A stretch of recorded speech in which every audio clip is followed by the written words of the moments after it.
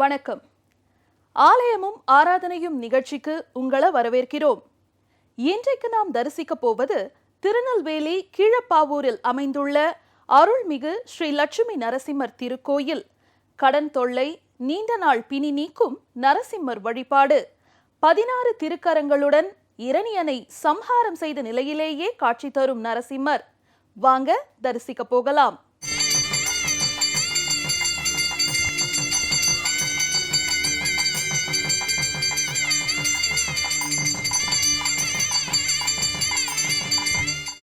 இந்தியாவில் உள்ள நரசிம்மர் ஆலயங்களில் அபூர்வமானதும் வேறெங்கும் காண இயலாத பல்வேறு சிறப்புகள் நிறைந்த தலமாகவும் கீழப்பாவூர் நரசிம்மர் திருக்கோயில் விளங்குகிறது. சுமார் 1200 ஆண்டுகள் புராதன தொன்மை வாய்ந்ததாகவும் இத்தலம் திகழ்கிறது. முதலில் நரசிம்மர் அவதாரம் நிகழ்ந்தது அகோபிலம் திருத்தலத்தில். அதன் பிறகு அவர் மீண்டும் அவதாரம் எடுத்த தலம் கீழப்பாவூரில் உள்ள இந்த ஆலயமே ஆகும். திருநெல்வேலியிலிருந்து தென்காசி செல்லும் சாலையில் வரும் ஊர் பாவூர் சத்திரம். நெல்லையில் இருந்து பாவூர் சத்திரத்துக்கு சுமார் 37 கிலோமீட்டர். தென்காசியிலிருந்து பாவூர் சத்திரத்துக்கு சுமார் 16 கிலோமீட்டர் தூரம். பாவூர் சத்திரம் பேருந்து நிறுத்தத்தில் இருந்து சுரண்டை செல்லும் சாலையில் சுமார் 2 கிலோமீட்டர் தொலைவில் உள்ளது கீழப்பாவூர். இந்த பேருந்து நிறுத்தத்தில் இருந்து சுமார் 5 நிமிட நடைதூரத்தில் அமைந்துள்ளது ஆலயம். கீழப்பாவூர் அருள்மிகு ஸ்ரீ லட்சுமி நரசிம்மர் திருக்கோயிலின் மூலவர் நரசிம்மர், தாயார் அலமேல் மங்கை. தீர்த்தம் நரசிம்ம தீர்த்தம். தலம், மூர்த்தி, தீர்த்தம் மட்டுமன்றி பல்வேறு சிறப்புகள் நிறைந்தது கீழப்பாவூர் நரசிம்மர் திருக்கோயில். இந்தியாவில் 3 இடங்களில்தான் 16 திருக்கரங்களுடன் கூடிய நரசிம்மர் ஆலயம் உள்ளது. ஒன்று ராஜஸ்தான் மாநிலத்திலும், மற்றொன்று பாண்டிச்சேரி அருகே சிங்ககிரி எனும் சிறு குன்றிலும் உள்ளது. மூன்றாவதாக கீழப்பாவூரில் மட்டுமே சமதளமான பகுதியில் 16 திருக்கரங்களுடன் அருள் பாலித்து வருகிறார் நரசிம்மர். சுற்றிலும் வயல்கள், குளங்கள் நிறைந்து பசுமையாக உள்ளது ஆலயம். எல்லாவற்றிற்கும் மேலாக ரிஷிகளுக்கு காட்சி கொடுத்தது மட்டுமின்றி நரசிம்மர் நிரந்தரமாக தங்கி இருப்பதும் இங்கு மட்டுமே என கூறப்படுகிறது. கிருதாயுகத்தில் கொடிய அரக்கனான இரண்யகசிபுவின் புதல்வன் பக்த பிரகலாதன் விஷ்ணுதான் முழுமுதற் கடவுள் என்று எந்நேரமும் அவரையே பிரார்த்தனை செய்து கொண்டிருந்தான். இதனால் ஆத்திரமடைந்த இரண்யகசிபு விஷ்ணு உண்மையான கடவுள் அல்லர், அவர் தங்கள் குல விரோதி என்று பிரகலாதனிடம் கூறி அவன் மனதை மாற்ற முயன்றான். ஆனால் பலன் கிடைக்கவில்லை. பிரகலாதன் மிக தீவிரமாக விஷ்ணுவை வணங்கத் தொடங்கினான். இதனால் தன் தந்தை இரண்யகசிபால் சித்திரவதைக்கும் ஆளானான் பிரகலாதன். ஆனால் எத்துணை துன்பப்பட்டாலும் விஷ்ணுதான் மூலமுதற் கடவுள் என்ற தனது எண்ணத்திலிருந்து பிரகலாதன் பிறழாது உறுதியாக நின்றான். இறுதியில் பிரகலாதனுக்கு நரசிம்மர் வடிவில் காட்சியளித்த விஷ்ணு அவனது தந்தை இரண்யகசிபை அந்த அவதாரத்திலேயே கொன்றார். பக்த பிரகலாதனுக்காக தூணிலிருந்து வெளியே வந்து காட்சியளித்து சில நாழிகைகளே நீடித்திருந்த நரசிம்ம அவதார திருக்கோலத்தை தாங்களும் கண்டு ஆனந்திக்க வேண்டும் என வசிஷ்டர், காசியப முனிவர், அத்ரி, ஜமதக்னி, கௌதமர், பாரத்வாஜர், சுக்கோசன் முனிவர் ஆகிய முனி ரிஷிகளோடு விஸ்வாமித்திரரும் மகாவிஷ்ணுவை நோக்கி தவம் இருந்தார். அவர்கள் முன் தோன்றிய பகவான் விஷ்ணு பொதிகை மலையில் தவம் மேற்கொள்ள சொல்லி மறைந்தார். மகாவிஷ்ணுவின் சொல்லுக்கிணங்க முனிவர்களும் தேவர்களும் பொதிகை மலையில் சித்ரா நதிக்கரையில் பல ஆண்டுகள் கடும் தவம் மேற்கொண்டனர். அந்த தவக்கனல் வைகுண்டத்தை எட்டியது. இதையடுத்து பிரதோஷ வேளையில் நரசிம்மர் இரண்ய சம்ஹார கோலத்தில் அவர்களுக்கு காட்சியளித்தார். கர்ஜனை செய்த பெருமாளை கண்ட முனிவர்களும் தேவர்களும் மெய்மறந்து தரிசனம் செய்தனர். பிற்காலத்தில் பெருமாள் தரிசனம் தந்த இடத்தில் மன்னர்களால் கோயில் கட்டப்பட்டது. ஆனால் கருவறையில் அமைக்கப்பட்ட மூர்த்தி மிகவும் உக்கிரம் வாய்ந்தவராக இருந்ததால் ஊர் தீப்பற்றி எரிந்தது. இதனால் நரசிம்மரின் சீற்றத்தை தணிக்கும் வகையில் அவருடைய மார்பில் திருமகளை பிரதிஷ்டை செய்து சாந்தப்படுத்தினர். சப்த ரிஷிகளுள் ஒருவரான காசியப்பர், வருண பகவான், சுகோஷன் முனிவர் முதலானோர் ஸ்ரீதேவி பூதேவிகளுடன் நரசிம்மர் தரிசனம் வேண்டி மகாவிஷ்ணுவை நோக்கி ஆயிரக்கணக்கான ஆண்டுகள் தவம் இருந்தனர். அப்போது மகாவிஷ்ணு ரிஷிகளிடம் அசரீரியாக பேசினார். இரவா வரம் பெற்ற ரிஷிகள் நீராடுவதற்காக பொதிகை மலையில் தாமிரபரணி நதியில் அகத்தியர் 32 தீர்த்தங்களை ஏற்படுத்தியுள்ளார். அதில் ஒன்றான மணிமுக்தா தீர்த்தத்தில், அதாவது தற்போது பாபநாசம் பான தீர்த்தம் என்றழைக்கப்படும் தீர்த்தத்தில் நீராடி அங்கிருந்து 40 கல் தொலைவில் வடக்கே உள்ள சித்ரா நதிக்கரையில் தவத்தை தொடருங்கள். நரசிம்மர் தரிசனம் கிட்டும் என்பதே அசரீரி வாக்கு. அதன்படியே மணிமுத்தா தீர்த்தத்தில் புனித நீராடினர் ரிஷிகள். பின்னர் பகவான் சுட்டிக்காட்டிய இடத்தில் மீண்டும் தவமிருந்தனர். அவர்களின் கடுந்தவம் மாலவனின் மனதை தொட்டது. உடனே ஸ்ரீதேவி பூதேவி சமேதமாக 16 திருக்கரங்களுடன் நரசிம்மராக ரிஷிகளுக்கு காட்சி கொடுத்தார். மகா உக்ரமூர்த்தியை கண்ட ரிஷிகள் கிருதாயுகத்தில் கிட்டாத மகாபாக்கியம் இப்போது கிடைத்ததை எண்ணி ஆனந்தம் அடைந்தனர். காட்சி கொடுத்தபடியே அதே இடத்தில் நரசிம்மர் நிரந்தரமாக குடிக்கொண்டு விட்டார். அந்த புனித தலமே தற்போதைய கீழப்பாவூர். இத்தலத்தில் நரசிம்ம பெருமாள் மேற்கு நோக்கி வீற்றிருக்கிறார். குடைவரை பாணியில் கருவறை மிகச்சிறியதாக உள்ளது. மிகவும் எளிமையான இந்த ஆலயத்தில் 2 சன்னதிகள் உள்ளன. ஆலயத்தின் முன்பகுதியில் கிழக்கு நோக்கிய சன்னதியில் அலர்மேல் மங்கை தாயார் சமேதராய் பிரசன்ன வெங்கடாச்சலபதி அருள் பாலிக்கிறார். இச்சன்னதியை ஒட்டி பின்புறமாக மேற்கு நோக்கியுள்ள தனி சன்னதியில் திரிபங்கு நிலையில் இரண்யனை வதம் செய்தபடி நரசிம்மர் அருள் பாலிக்கிறார்.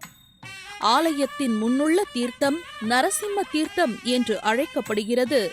புராண சிறப்புமிக்க கீழப்பாவூர் நரசிம்மர் ஆலயம் முதலில் எப்போது யாரால் அமைக்கப்பட்டது என்பது தெரியவில்லை.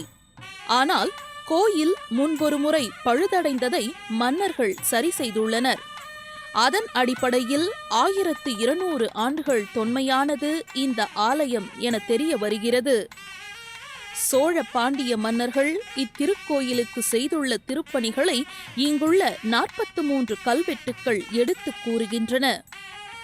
மாரவர்மன் திரிபுவன சக்கரவர்த்தி விக்ரம பாண்டிய மன்னன் தான் ஆட்சிக்கு வந்த 7ஆம் ஆண்டில் இத்திருக்கோயிலுக்கு நித்திய பூஜைகளுக்கு நிலங்கள் வழங்கி வழிபட்டுள்ளார்.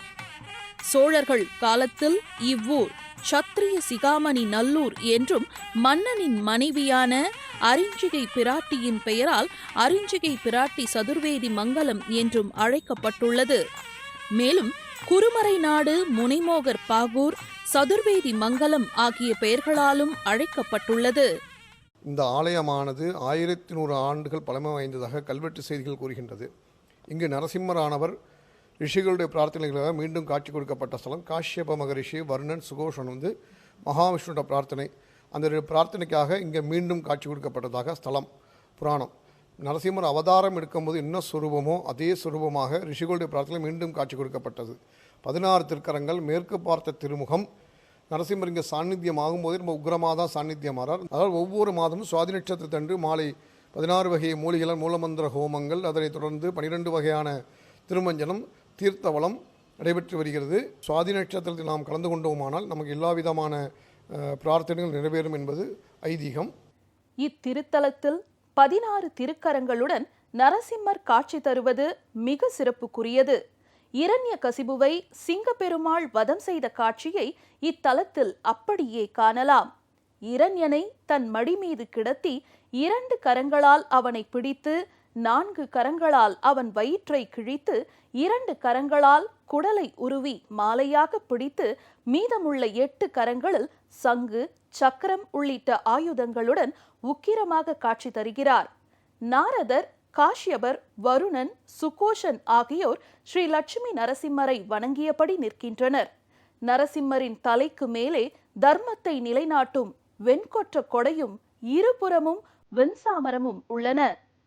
மகாவிஷ்ணுவின் அவதாரங்களுள் தனி சிறப்புமிக்கது நரசிம்ம அவதாரம். இதர அவதாரங்கள் எல்லாம் அதர்மத்தை அழித்து தர்மத்தை காக்க எடுக்கப்பட்டவை. நரசிம்மம் மட்டுமே பக்தனுக்காகவே எடுக்கப்பட்ட அவதாரம். இவ்வாலயத்தில் மகா உக்கிரமூர்த்தியாக இருக்கும் நரசிம்ம பெருமாளின் கோபத்தை தணிக்கும் பொருட்டு சன்னதி முன்பாக ஒரு தெப்பக்குளம் வெட்டப்பட்டுள்ளது. இது நரசிம்ம தீர்த்தம் என அழைக்கப்படுகிறது. இறுதியாக சிவபெருமானே சரபப் பறவையாக அவதாரம் எடுத்து நரசிம்மரின் சீற்றத்தை தணித்தார் என்கிறது தல புராணம். நவக்கிரகங்கள் பஞ்சபூதங்களால் ஏற்படும் தோஷங்களை போக்கி கேட்பதை தரும் கற்பக தருவாய் இவ்வாலயத்தில் நரசிம்ம பெருமாள் அருள் பாலிக்கிறார். 16 திருக்கரங்களுடன் சிறப்பு வாய்ந்த கோலத்தில் காட்சி தரும் நரசிம்மரை இத்தலத்தில் மிக அருகில் நின்று வழிபடலாம். மேலும் நரசிம்மருக்கு சூரியனும் சந்திரனும் வெண்சாமரங்கள் வீசி வணங்கிக் கொண்டிருக்கின்றனர். இரண்யனின் தந்தையும் பிரகலாதனின் தாத்தாவுமான காசியப்பர், பிரகலாதன் மற்றும் அவனது தாய் ஆகியோர் நரசிம்மரை துதித்துக் கொண்டிருக்கின்றனர். இவ்வாலயத்தை சுற்றியுள்ள பகுதிகளில் சுமார் 300 ஆண்டுகளுக்கு முன்பு வரை சாயரட்சை வேளையில் சிங்கம் கர்ஜிக்கும் சத்தம் கேட்டதாக இப்பகுதி மக்களிடம் செவிவழி செய்தி உலாவுகிறது. நரசிம்மரின் உக்கிரம் காரணமாக கர்ஜனை சத்தம் கேட்டதாகவும், பால் இளநீர் அபிஷேகம் செய்து வழிபடத் தொடங்கிய பிறகே சிங்க கர்ஜனை சத்தம் நின்றதாகவும் கூறப்படுகிறது. மேலும் நரசிம்மர் சன்னதி முன்பாகவே மாபெரும் தெப்பக்குளம் ஏற்படுத்தப்பட்டு உக்கிரத்தை தணித்துள்ளனர். இப்போது சாந்த சொரூபியாகிவிட்ட நரசிம்மர் கண்களை மூடி தியானித்தபடியே காட்சி தருகிறார். ஒவ்வொரு ஆலயத்திற்கும் ஈசான்ய திக்கில் தமான் தீர்த்தம் அமைந்திருக்கும். ஆனால் நரசிம்மர் சன்னதி முன்பாகவே தீர்த்தம் அமைந்திருப்பது வேறெங்கும் காண முடியாத சிறப்பு. ஸ்ரீ வைகானஸ் பகவத் சாஸ்திரப்படி இந்த தீர்த்தம் நர்மதையாகவும், தேவப்பிராசிப்படி கங்கையாக விளங்குவதும் இந்த நரசிம்மர் தீர்த்தத்தின் சிறப்பாகும். ஒவ்வொரு மாதமும் சுவாதி, திருவோணம், வளர்பிறை சதுர்த்தசி நாட்களில் ஆலயத்தோடு சேர்த்து தீர்த்தம் வலம் வருதல் உற்சவமும் இங்கு நடக்கிறது. ஒரு ஆலயத்திலுள்ள சுவாமிக்கு எந்த அளவு சாநித்தியம், அதாவது சக்தி உண்டோ அதே அளவு சாநித்தியம் அங்குள்ள தீர்த்தத்துக்கும் உண்டு என சாஸ்திரங்களில் கூறப்பட்டுள்ளன. எனவே இங்கு சுவாதி, திருவோணம், பிரதோஷம், வளர்பிறை சதுர்த்தசி, செவ்வாய், சனி ஆகிய நாட்களில் தீர்த்தபல வழிபாடு நடக்கிறது. இந்த தீர்த்தத்தை தலையில் தெளித்துக் கொண்டால் வேண்டாத கோபம், கவலை, பதற்றம் நீங்கி மன அமைதி ஏற்படும். எல்லா மாதங்களிலும் வரும் நரசிம்மருடைய நட்சத்திரத்தன்று மாலை வேளையில் பால், இளநீர் மற்றும் திரவிய பொடிகளால் சிறப்பு அபிஷேகம் நடைபெறுகிறது. சுவாதி நட்சத்திரம் தோறும் தொடர்ந்து நரசிம்மரை வழிபட்டு வந்தால் ருண விமோசனம் எனப்படும் கடன் தொல்லை நீங்கி செல்வம் பெருகும், வியாபார அபிவிருத்தி உண்டாகும். மேலும் ஜாதகத்தில் ராகுவினால் உண்டாகும் பில்லி சூனியம், ஏவல், எதிரிகள் தொல்லைகளில் இருந்தும் விடுபடலாம்.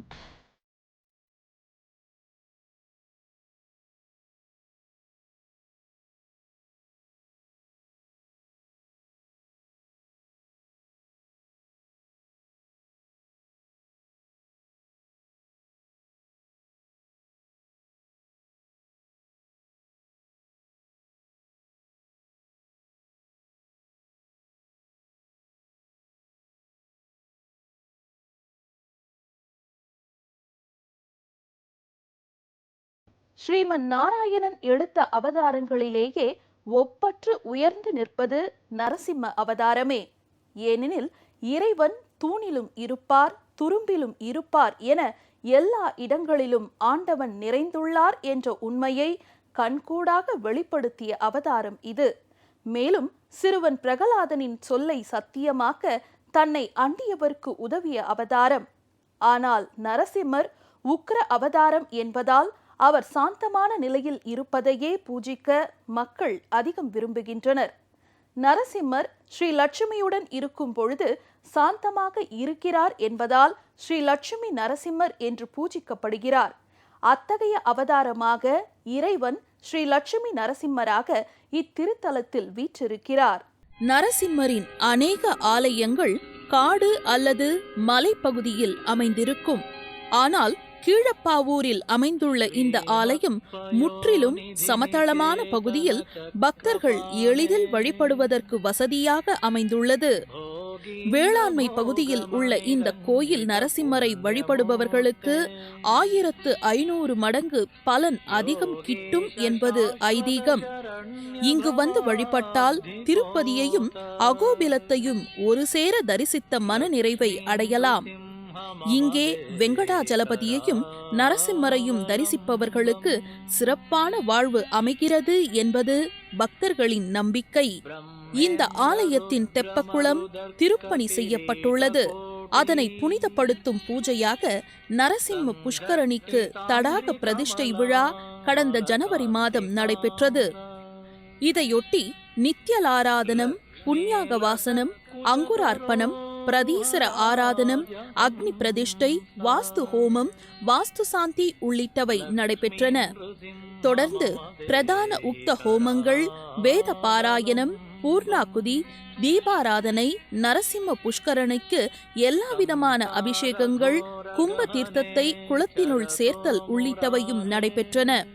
பின்னர் குளத்தில் இருந்து தீர்த்தம் எடுத்தல், கும்ப ஜபம், கும்பம் எழுந்திருத்தல், தொடர்ந்து வெங்கடாஜலபதி மற்றும் நரசிம்மருக்கு தீர்த்தம் சமர்ப்பித்தல், அலங்காரம், தீபாராதனை நடைபெற்றது. இதில் திரளான பக்தர்கள் கலந்து கொண்டு தரிசனம் செய்தனர். நரசிம்மருக்கு இளநீர், பால், பானகம் நைவேத்தியம் செய்து நெய் தீபம் ஏற்றி ஆலயத்தை 16 சுற்றுகள் பிரதட்சிணமாக வந்தால் பிரார்த்தனைகள் உடனே நிறைவேறுமாம். நாம் கேட்காமலேயே நமக்கு அருள் புரியும் கீழப்பாவூர் நரசிம்மரை மனமுருகி வேண்ட திருமணத் தடைகள் நீங்குவதுடன் கடன் தொல்லைகளுக்கு தீர்வு கிட்டும். மேலும் நீண்ட நாள் பிணியையும் நரசிம்மர் வழிபாடு சரி செய்கிறது. பல நாட்களாக நடந்து வரும் நீதிமன்ற வழக்கிலும் சாதகமான தீர்ப்பு கிடைக்கும் என்று பக்தர்கள் நம்பிக்கை தெரிவிக்கின்றனர். இது போன்ற பிரச்சனைகளை தீர்த்து வைக்கும் பரிகார தலமாகவும் இந்த ஆலயம் விளங்குகிறது. இத்தலத்தில் ஸ்ரீ நரசிம்மாய நம என்று சொல்லி ஒரு மலரை சமர்ப்பித்தாலே அத்தனை வித்தைகளையும் கற்ற பலன் நமக்கு கிட்டுமாம். நரசிம்மரை வழிபடுவதற்கு செவ்வாய், புதன், சனி ஆகிய நாட்களும் மாலை வேளையும் உகந்ததாகும். சுவாதி, திருவோணம், பிரதோஷம், வளர்ப்பிறை, சதுர்த்தசி, கார்த்திகை மாத பிறப்பு, புரட்டாசி சனி, முன்பத்து, பின்பத்து, வைகுண்ட ஏகாதசி, நரசிம்மர் ஜெயந்தி ஆகிய நாட்களில் இங்கே விசேஷ பூஜைகள் நடைபெறுகின்றன. ஞானசக்தி வடிவமாக விளங்கும் கீழப்பாவூர் நரசிம்மரை வழிபட்டால் அகோபிலத்தில் உள்ள நவநரசிம்மரையும் வழிபட்ட பலன் கிட்டுமாம். நவகிரகங்கள், பஞ்சபூதங்களால் ஏற்படும் தோஷங்களும் நீங்கி நன்மை உண்டாகுமாம். இந்த திருக்கோயிலுக்கு செல்ல நெல்லை தென்காசி சாலையில் பேருந்துகள் அதிகம் உண்டு. இந்த வழியே செல்லும் அனைத்து பேருந்துகளும் பாவூர் சத்திரம் நிறுத்தத்தில் நின்று செல்லும்.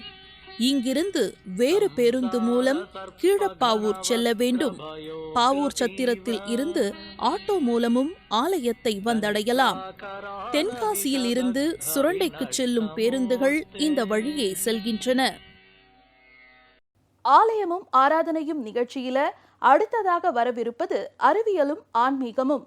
அறிவியலும் ஆன்மீகமும் சம்பந்தமான கேள்விகளுக்கு பதிலளிக்கிறார் சர்வமத ஜோதிட மகரிஷி ராஜயோகம் டாக்டர் கே ராம். இந்த வார கேள்விகள் என்னென்ன இதோ.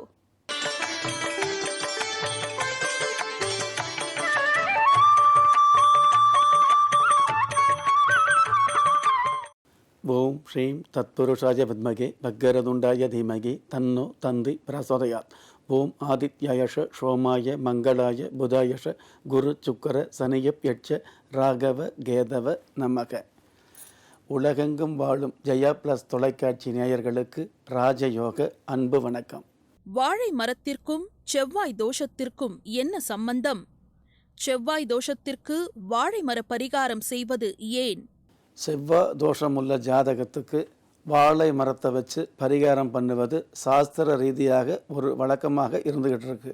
பொதுவாகவே திருமண காலங்களில், விழா காலங்களில், சுப காரிய நிகழ்ச்சிகளில் பார்த்திங்கன்னா வாழை மர தோரணம் அப்படிங்கிறது கண்டிப்பாக, அதாவது முதன்மையான ஒரு பங்கு எடுத்துக்குது. இந்த வாழை மரத்தை எதற்காக எல்லா இடங்களிலும் சுப நிகழ்ச்சிகளிலும் பயன்படுத்துகிறோம் அப்படின்னா, இந்த வாழை மரத்துக்கு கெட்ட விஷயங்களை உள்வாங்கி நல்ல விஷயங்களை மட்டும் வெளிப்படுத்தக்கூடிய அற்புதமான ஒரு சக்தி இருந்துக்கிட்டு இருக்கு.